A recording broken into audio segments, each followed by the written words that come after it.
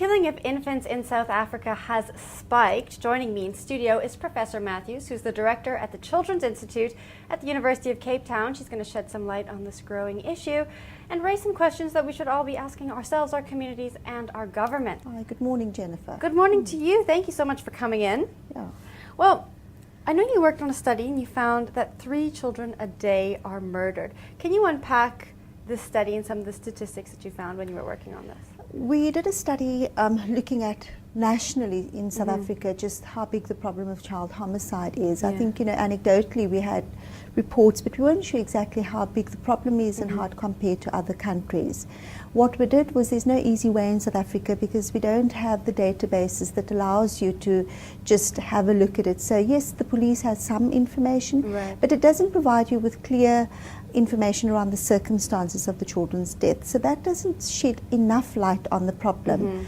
What we did do is, and the most rigorous way to do it is to actually go to mortuaries, identify all the children that's killed for that particular year, follow every case up with the police to determine what proportion of those murders are in fact homicides, and also to look at what the circumstances around those deaths were. So it was quite intensive. So looking at just 1 year took us just over 2 years to gather the information. Wow. The important thing that we did find from that study was that, as you said, 3 children a day are murdered in South Africa.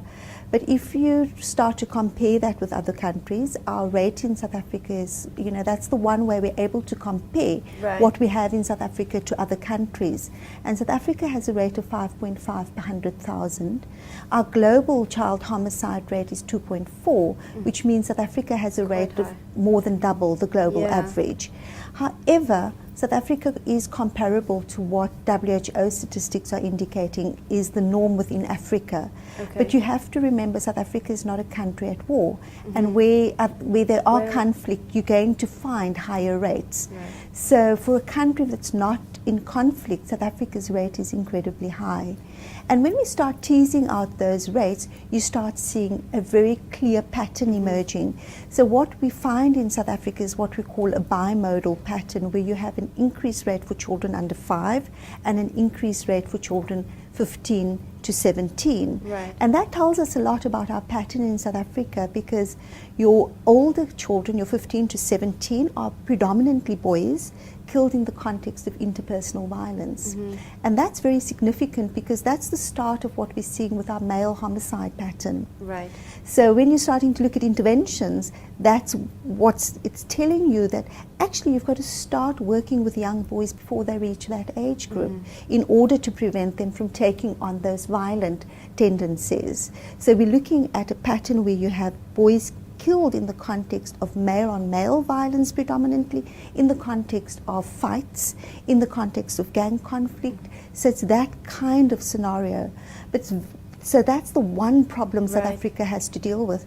But the other big problem is the under 5 deaths, because here we're looking at children that's not able to protect themselves. It's incredibly vulnerable in the care of parents or caregivers. And that's the particular problem you've asked about. So when we look at infanticide, and that's the killing of children, very young children, South Africa seemingly has an incredibly high rate. It's not well documented. This is one of the first statistics we're able to produce around children being killed in that context. And what our study showed is that 16% of all our child homicides are in fact infanticides, where babies are abandoned shortly after birth. And basically, they either have injuries that were sustained, so, they have head injuries, where we're not entirely sure who tried to kill the child soon after birth, or the baby's just dumped in the veld, in a dustbin, in toilets, and left to die. So they largely die from exposure. The huge concern is here that South Africa has a fairly liberal abortion legislation that allows women to have free abortions at public health facilities. And access to contraceptives. Exactly. Is quite liberal here. So the concern is that if you compare our legislation in South Africa to what's available in other parts of developing countries, we should not be having this problem.